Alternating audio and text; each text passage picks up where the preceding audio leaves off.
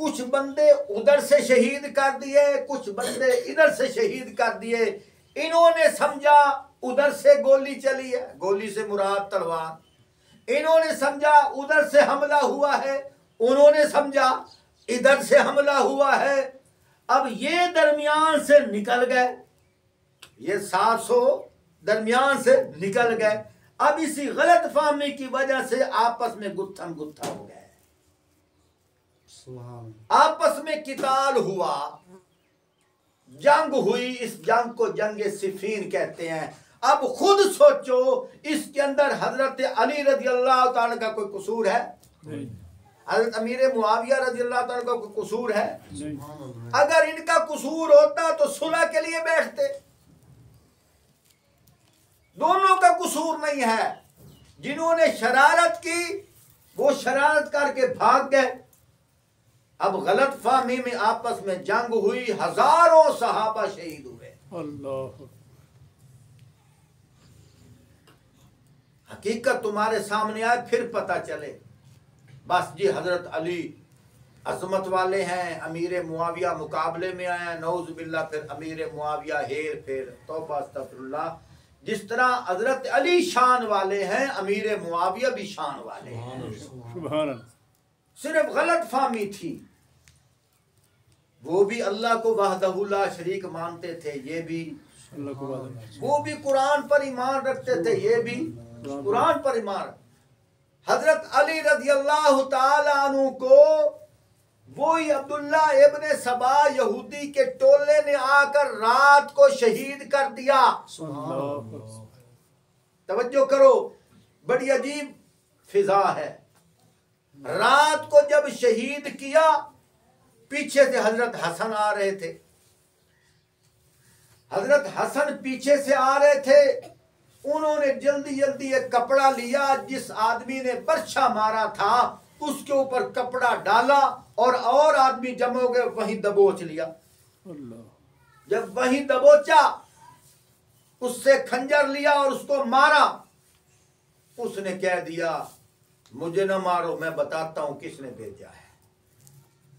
اب اس نے پول کھولا، اس نے حقیقت بتائی۔ اس نے کہا مجھے عثمان غنی رضی اللہ عنہ کا جو قاتل ہے ابن سبا یہودی، اس نے بھیجا ہے۔ اللہ حضرت امام حسن رضی اللہ عنہ دیکھا کہ میرا والد تو شہید ہو گیا ہے۔ جب وہ شہید ہوئے تو حضرت امام حسن رضی اللہ تعالیٰ عنہ حضرت امیر معاویہ رضی اللہ تعالیٰ عنہ کے پاس گئے، جا کر کہا اے چچا جان، اب ہمیں حقیقت کا پتہ چلا ہے، دشمن ہمیں لڑا رہا تھا، سبحان اللہ یہ غلط فہمی تھی، اس لیے ہماری غلط فہمی دور ہو گئی ہے، آپ ہاتھ آگے کریں، ہم صلح کرنے کے لیے تیار ہیں۔ سبحان اللہ جب غلط فہمی دور ہو گئی، اب اس غلط فہمی کا اظہار امام حسن کر رہا ہے۔ اور غلط فہمی کس کو کہتے ہیں؟ غلط فہمی اس کو کہتے ہیں جس میں کسی کا قصور نہ ہو اور زندہ باد۔ اگر قصور ہو تو غلط فہمی نہیں ہے، اگر قصور ہو تو غلط فہمی نہیں ہے۔ اب مثال کے طور پر عشاء کی نماز کسی نے پڑھی یا تہجد کی نماز پڑھی، تہجد کی نماز پڑھنے کے بعد وہ قرآن پڑھنے بیٹھ گیا، اور کسی نے عوام کو کہہ دیا کہ مولوی صاحب جو ہیں وہ سو رہے ہیں۔ اب نماز اذان کا ٹائم ہوا، مولوی صاحب نے سنتے شروع کر دی، اور جس نے بہر سنا تھا کہ وہ کیا کر رہے ہیں، سو رہے ہیں۔ اب اس نے دیکھا کہ مولوی صاحب مسجد کے کمرے سے باہر نکلے بھی نہیں، سنتے پڑھ رہے ہیں، اس کا کیا مطلب ہے؟ وضو نہیں کیا، وضو یہ غلط فہمی ہوئی کہ نہ ہوئی؟ غلط فہمی ہوئی۔ اب مولوی صاحب امامت کے اوپر آ جائیں، جس کو غلط فہمی تھی وہ کہے گا میں تو نہیں پڑھتا، میں تو نہیں پڑھتا۔ اور کیوں نہیں پڑھتا؟ اس لیے نہیں پڑھتا کہ مولوی صاحب تو سو رہے تھے، مولوی صاحب تو سو رہے تھے، تو سونے سے کیا ہوتا ہے؟ وضو ٹوٹ جاتا ہے، لہذا انہوں نے وضو نہیں کیا، مصلی پہ کھڑے ہو گئے، میں ان کے پیچھے نماز نہیں پڑھتا۔ اب مولوی صاحب بتائیں، ارے بھائی میں تو تہجد کی نماز پڑھ کر میں نے قرآن کی تلاوت کی ہے، میں تو سویا بھی نہیں، جب سویا نہیں تو میرا وضو بھی نہیں ٹوٹا، تو پھر میں بے وضو ہوں۔ وہ کیا کہے گا؟ اچھا مولوی صاحب میری غلط فہمی تھی، میری کیا مطلب، مجھے بہر کسی نے آپ کے متعلق غلط گائیڈ کیا تھا، آپ قصوروار نہیں۔ جس طرح مولوی کے متعلق کوئی غلط گائیڈ کرے اس میں مولوی کا قصور نہیں ہے، اسی طرح امیر معاویہ رضی اللہ تعالیٰ عنہ کے متعلق سبائیوں نے غلط گائیڈ کیا تھا، بعد میں امام حسن کو تحقیق ہوئی، تحقیق ہونے کی وجہ سے تو بیعت کر رہا ہے، سبحان اللہ، تحقیق ہونے کی وجہ سے تو پیچھے نماز پڑھ رہا ہے، تحقیق ہونے کی وجہ سے تو کہہ رہا ہے کہ مجھے غلط فہمی ہوئی تھی۔ اس کا کیا مطلب؟ اے معاویہ تو بھی حق پر ہے، مجھے غلط گائیڈ کیا گیا تھا، کیونکہ غیب کا علم تو اللہ جانتا ہے، سبحان اللہ، غیب کا علم صرف اللہ جانتا پتہ ہے تواڈے پلے گل پئی ہے کہ ماشاءاللہ۔ اب دیکھو کوئی لڑائی ہے، نہیں کوئی لڑائی ہے، لڑائی تو تب ہوتی امام حسن کہتے کہ فلاں جرم ثابت ہے، فلاں جرم ثابت ہے، وہ تو کیا کہہ رہے ہیں؟ غلط فہمی، غلط فہمی، وہ کہہ رہے ہیں غلط فہمی، جی میں بہر کسی مولوی دے بارے غلط فہمی پھیلائیے سے مولوی دا کوئی قصور ہے؟ کوئی نہیں، اسی طرح غلط فہمی ہے۔ اب بتاؤ اس غلط فہمی کی وجہ سے امیر معاویہ کا جب قصور نہیں تو امیر معاویہ مقابلے میں آیا ہی نہیں، ہم امیر معاویہ کو جرمدار کیسے ٹھہرائیں؟ سبحان اللہ، جنگ صفین کو پیش کر کے امیر معاویہ رضی اللہ تعالیٰ کے متعلق تنقید ہوتی ہے، ارے بھائی جب اس کا قصور ہی نہیں تنقید کیوں کرتا ہے؟ جب امام کا قصور ہی نہیں، وہ سویا ہی نہیں، وضو ٹوٹا ہی نہیں، اس پر تنقید کیوں کرتا ہے؟